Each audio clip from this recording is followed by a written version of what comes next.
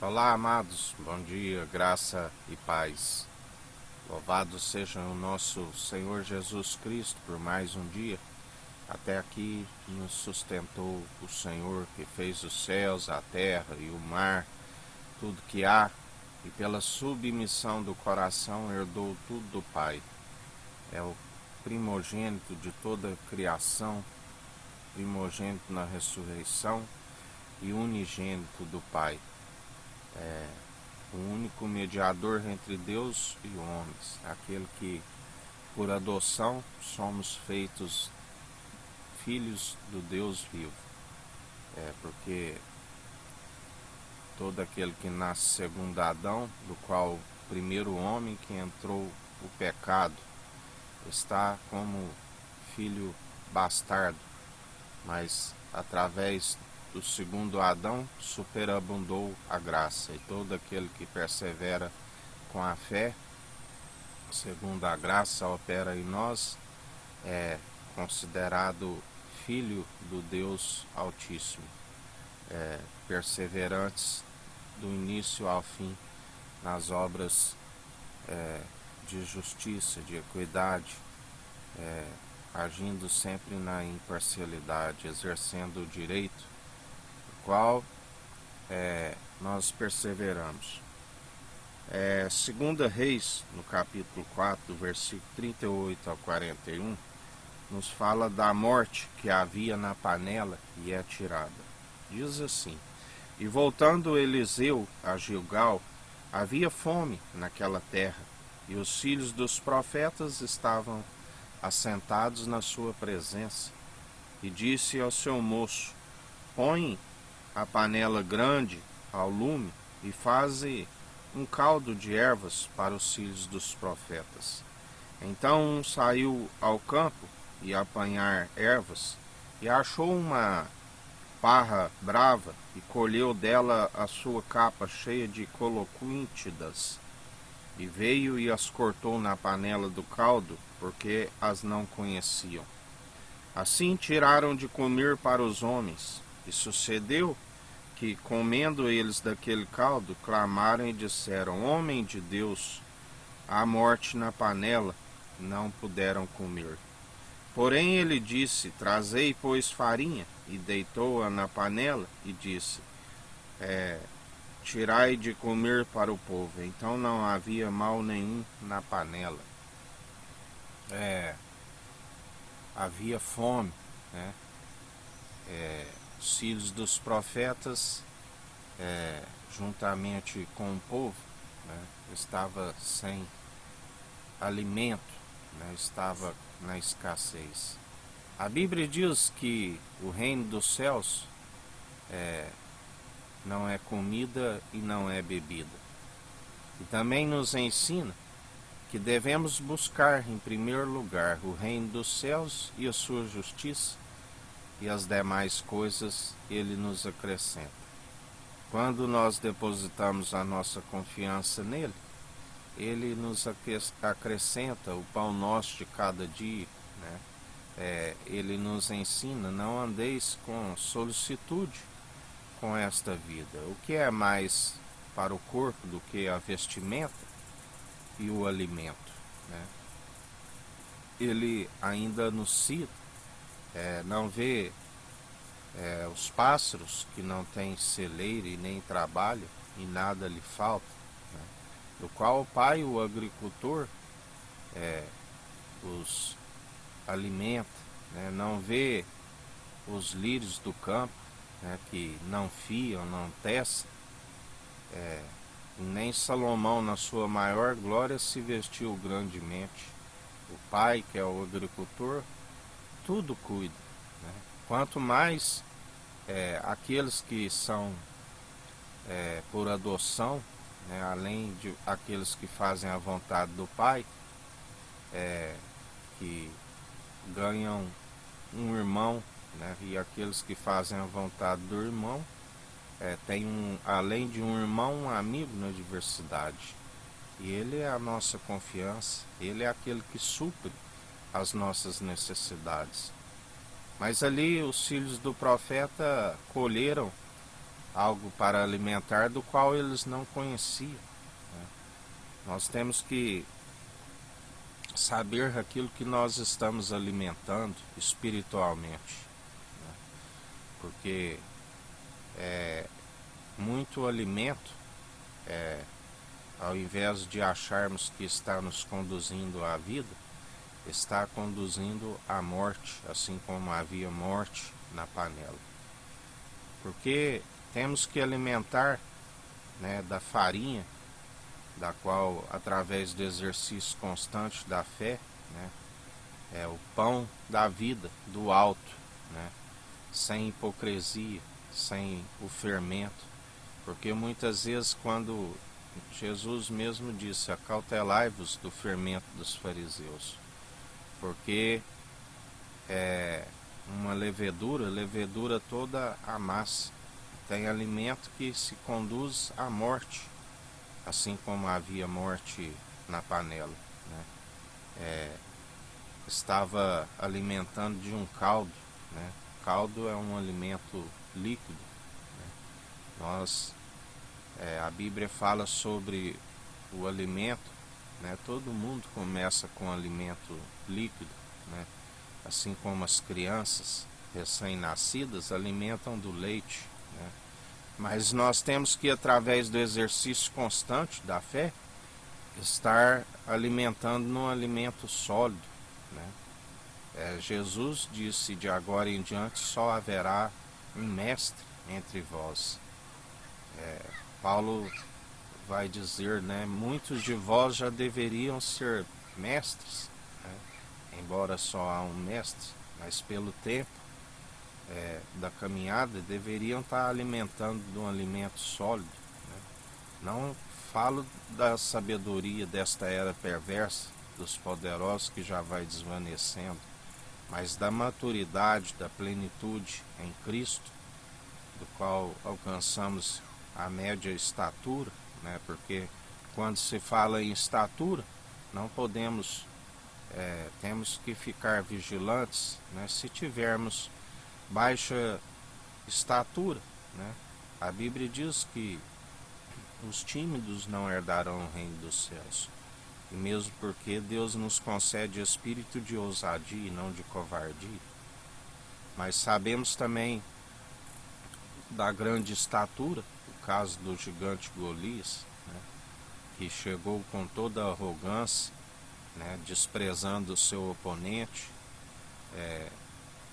e o seu oponente, o rei Davi, ele não confiava na força de seu braço, ele mesmo fez questão de dizer, né, eu venho em nome do Senhor, né, e o Senhor lhe concedeu a vitória por conta da humildade, né, por conta da submissão do coração. Ele era um homem segundo o coração de Deus, né? Ele sabia o que é uma estatura gigante, né? Porque a Bíblia nos fala, né, que Deus ele concede graça aos humildes e se opõe aos arrogantes, né? Por muitas vezes a arrogância, a alta estatura, né, ela leva à queda, né? Porque os humilhados serão exaltados, os exaltados serão humilhados. Temos que ficar vigilantes, né? Mas ali, depois de deitar a farinha, já não havia morte na panela, né? Jesus é a ressurreição, é a única fonte da qual podemos herdar a eternidade, da qual é o alimento verdadeiro, né? Da qual prolonga os dias para que vão bens e longos, né?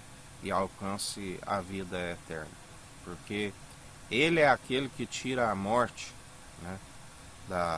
Assim como tirou da panela quando se deitou a farinha, né? Ele dizia ali aos governantes que o perseguiam, né? Ele dizia: avisa a raposa que por enquanto eu expulso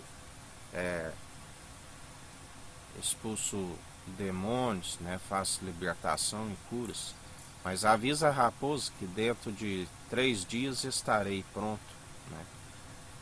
E da qual ele herdou o poder e autoridade sobre todos os principados, todas as potestades, todos os governantes corruptos, todas as nações e povos que amotinam em vão, né? E ele é o que tem a chave da morte e do inferno. Ele é o que pode tirar a morte da panela, como também pode, como ele nos disse ontem, né? Antes vos ensinarei a quem deveis temer. Temer não a homens que só têm o poder de destruir o corpo, mas temeis aquele que tem o poder de, depois de destruir o corpo, mandar tanto a alma como o corpo aonde o fogo não se apaga, né? Ali é a panela, né, daqueles que vão herdar o fogo eterno, porque assim como existe a vida eterna, assim também existe a perdição eterna, como ele nos fala das 2 portas.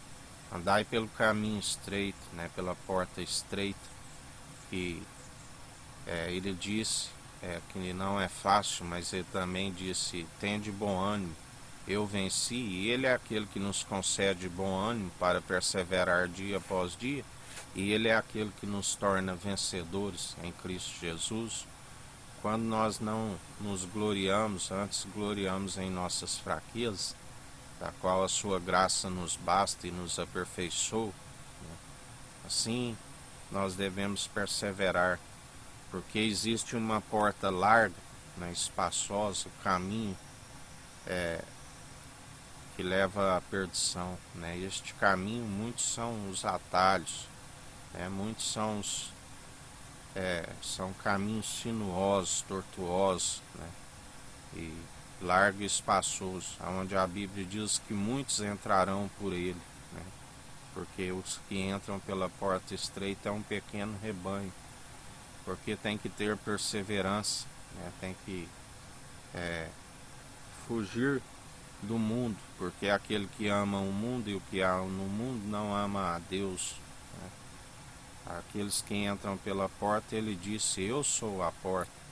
Vós apropriais da chave da sabedoria, não herdais o reino dos céus, e ainda está impedindo aqueles que estavam para entrar, né? Porque ele é a porta e eles estavam procurando herdar o reino dos céus por força e por violência, porque não entravam por ele, né? Como ele sempre nos ensina. Pela lei, se tropeça em algum ponto, está cometido desobedecer a todos os mandamentos, não se cumpre. O fim da lei é a obediência, a letra mata, o espírito vivifica. Pela graça sois salvos, ainda que se tropece em algum ponto, tens o advogado, o Espírito Santo, o conselheiro, aquele que nos defende do acusador, né? Pela graça sois salvos, perseverantes na fé, porque, como ele nos ensina, a fé de maneira alguma veio para anular a lei, mas ela veio para cumprir, e ele é o elo da perfeição que cumpriu. Mas já quando se cumpre, né, aquilo que é antigo se torna aniquilado, né, porque muito melhor viver pela graça, né, como os frutos da justiça, né, como os frutos do Espírito Santo, porque aquele que está sobre os frutos das obras não se alcança a libertação, não se alcança a cura, não se alcança a restauração, né, porque está sempre acometido de desobedecer a todos os mandamentos, e aquele que desobedece aos mandamentos está sobre maldição, né, não se torna uma bênção. E em mais um dia, perseverantes, né, buscando o reino dos céus e a sua justiça, do qual ele nos acrescenta tudo o que é nos necessário, ao nosso cada dia, porque se estamos nele e ele em nós, somos a própria bênção, né? Somos abençoados.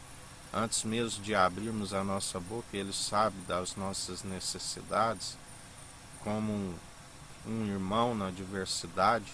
Ele é aquele que estende a mão e nos auxilia em tudo que precisamos, até mais do que pedimos.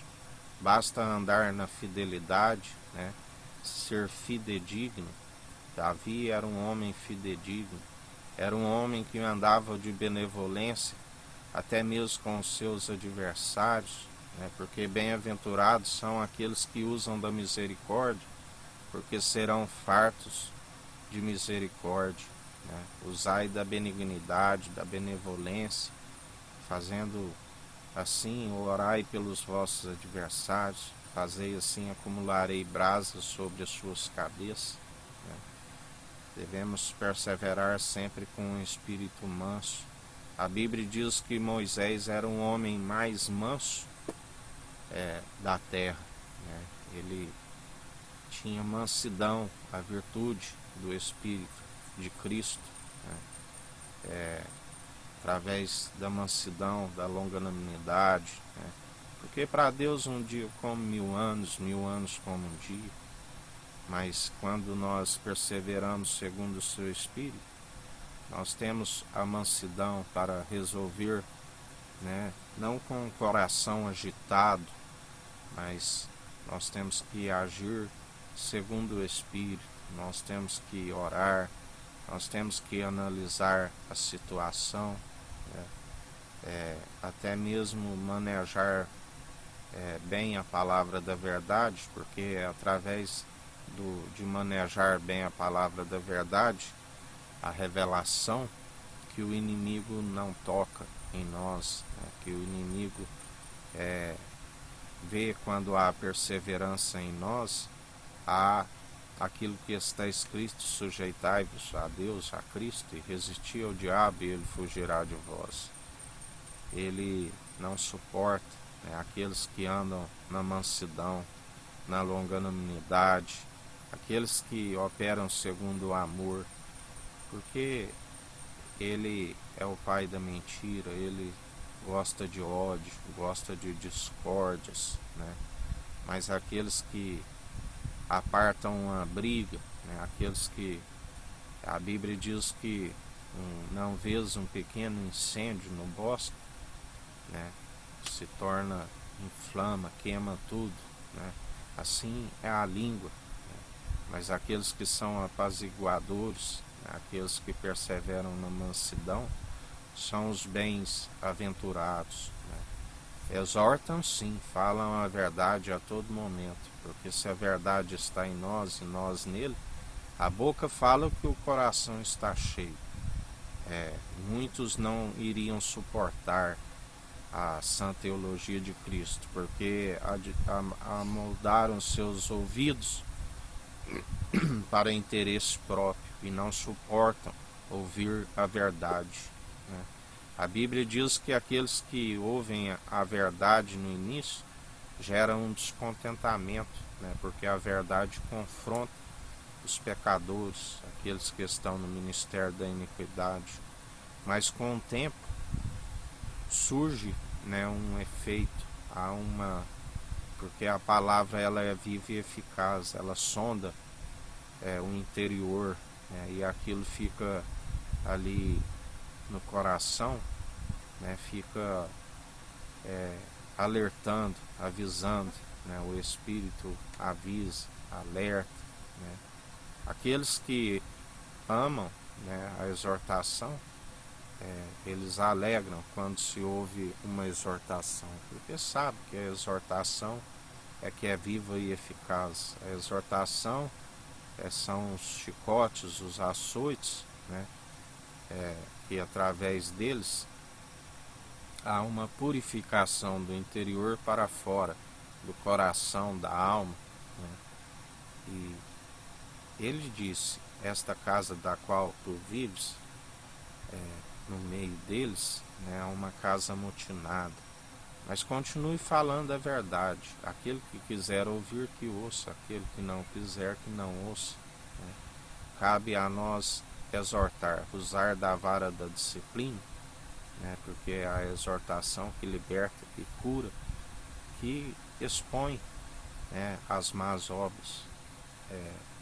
Porque a luz, tudo que for dito nas trevas será revelado na luz. As obras são provadas pelo fogo, né? Pelos seus frutos os conhecereis. Aquele que edifica sobre o Evangelho, a rocha experimentada, a rocha que para muitos seria como tropeço, eis que coloca uma pedra de Sião, como ele nos disse ontem, né? Mas para aqueles que perseveram, ela aplana os caminhos, né? Não há tropeço para aqueles que são ouvintes e praticantes. Mas muitos iriam tropeçar em sua própria sabedoria, né? Para que fossem purificados, assim como o crisol é para o ouro e para a prata, assim como sabão para lavandeiros, né? A promessa dos últimos tempos, que muitos filhos de Levi seriam purificados, né, como sabão de lavandeiros. Aqueles que ainda têm o seu nome escrito na Jerusalém jubilosa, celestial dos milhares e milhares de anos. Jerusalém da qual os patriarcas creram e alcançaram, né, assim como Abraão, que lhe foi imputado como justiça, Isaac e Jacó, do qual Deus faz questão de chamá-los o Deus de Abraão, o Deus de Isaac e o Deus de Jacó, porque eles creram na pátria excelente, né? Foram homens que testemunharam, que seguiram o testemunho de fé. Abraão saiu, ainda como Abrão, né? Saiu de uma terra, foi para uma terra distante, longe dos seus parentes, da qual ele foi pela fé, né? Ele creu naquele que falava com ele, e isso lhe foi imputado como justiça, né? Que através da sua semente haveria o Pai de multidões, o Emanuel, Deus é conosco, Cristo, do qual ele creu na ressurreição, quando Deus o põe à prova para ele sacrificar a sua própria promessa, seu Isaac. Ele disse, enquanto ia fazer o sacrifício, e o seu filho seria o sacrifício, ele disse aos moços: fique aqui enquanto eu e o menino vá e volte. Alguém que iria sacrificar o seu filho, né? Não diria nós voltamos, né? Porque ele creu que ali ele sacrificando haveria ressurreição, mas ali ele proveu o carneiro, porque ainda não haveria de ser o tempo, da qual se cumpriu no tempo apropriado, porque a Bíblia diz que a palavra de Deus céu e terra passarão, mas as suas palavras não hão de passar. E ali se cumpriu, ele foi martirizado ali na cruz, né, no Calvário, ele foi humilhado, tudo se cumpriu, nem os seus ossos foram quebrados, né, tudo se cumpriu nos mínimos detalhes, né, os horários, tudo ele foi cumpridor, como ovelha muda, maltador diante dos seus acusadores, tosquenejadores, né? Tudo se cumpriu no mínimo detalhe, né? E ressuscitou ao terceiro dia, fazendo assim levantou a tenda caída de Davi, tabernáculo de Davi, e se transformou aniquilado aquele templo, do qual levou 46 anos para ser construído. Ele derrubou o templo, né? Um corpo ele preparou, e assim a um coração contrito e arrependido ele não despreza e faz morada em nós. E temos acesso ao sumo sacerdote da ordem de Melquisedeque, muito antes de haver filhos de Levi, né? do qual nós seguimos, todos os profetas estão alicerçados, segundo o sacerdócio real, santo, né? Aqueles que eram segundo o Espírito de Deus, porque a Bíblia nos fala, né, que havia falsos profetas que profetizavam falsas ilusões, da qual eram meramente para agradar os reis das épocas, né? E aqueles que eram realmente levantados por Deus, Jesus disse no lamento profético: Jerusalém, Jerusalém, por quantas vezes os quis ajuntar, assim como a galinha ajunta os seus pintinhos debaixo das suas asas. Mas vós sois aqueles que edificam o túmulo dos profetas e adornam dos justos. Porque aqueles sacerdotes queriam seguir somente o intento do seu próprio coração, não reconheceram a luz. A condenação é esta: a luz veio ao mundo e os homens amantes das trevas amaram mais as trevas do que a luz e a rejeitaram, porque suas obras são más. Mas nós somos daqueles que falamos aquilo que Ele coloca em nossa boca, não aquilo que agrada a homens, mas aquilo que Ele coloca em nossa boca, e assim nós anunciamos.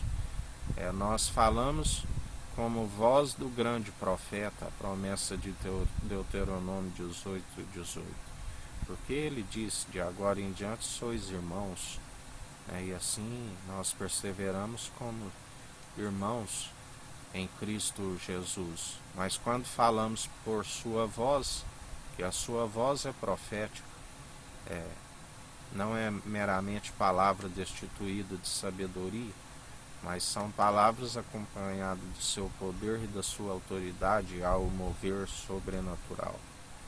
E assim nós anunciamos: aquele que tiver ouvidos, ouça o que o Espírito diz às igrejas. Falamos pelo seu Espírito Santo, não discorremos segundo homens, falamos aquilo que aprendemos do seu Espírito, meditando na sua palavra de dia e de noite, e assim tudo Ele opera em nós segundo o amor. Ele nos concede os dons espirituais irrevogáveis, da quais tem que ser operado segundo o amor. E Ele é aquele que tira a morte, né? Ele é aquele que, quando nós crucificamos as paixões da carne ali na cruz, já estamos nova criatura, nascemos, né? Ele vive, né? E nós vivemos nele, estamos prontos para a ressurreição, para a vida eterna, né? Porque já Ele nos ressuscitou, né? E nova criatura vivemos com Ele, assim como Ele diz: estou vivo porque o Deus Altíssimo, Pai vivo está e me ressuscitou. E assim Ele já nos ressuscitou, e nós, nem mesmo a segunda morte é possível nos deter, né? E perseveramos dia após dia segundo a sua justiça opera em nós. Um dia com graça e sabedoria, vigiando e orando sem cessar, restais em espírito, porque o espírito está pronto, a carne é fraca, o espírito milita contra a carne e a carne contra o espírito.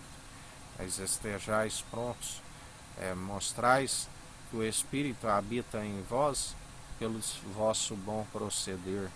Assim diz o Senhor. Que o Eterno nos abençoe e nos guarde. Brilhe o Eterno sua face sobre nós. Erga o Eterno sua face sobre nós e nos dirija. Aqui é o irmão Fábio Gomes. Deus te abençoe.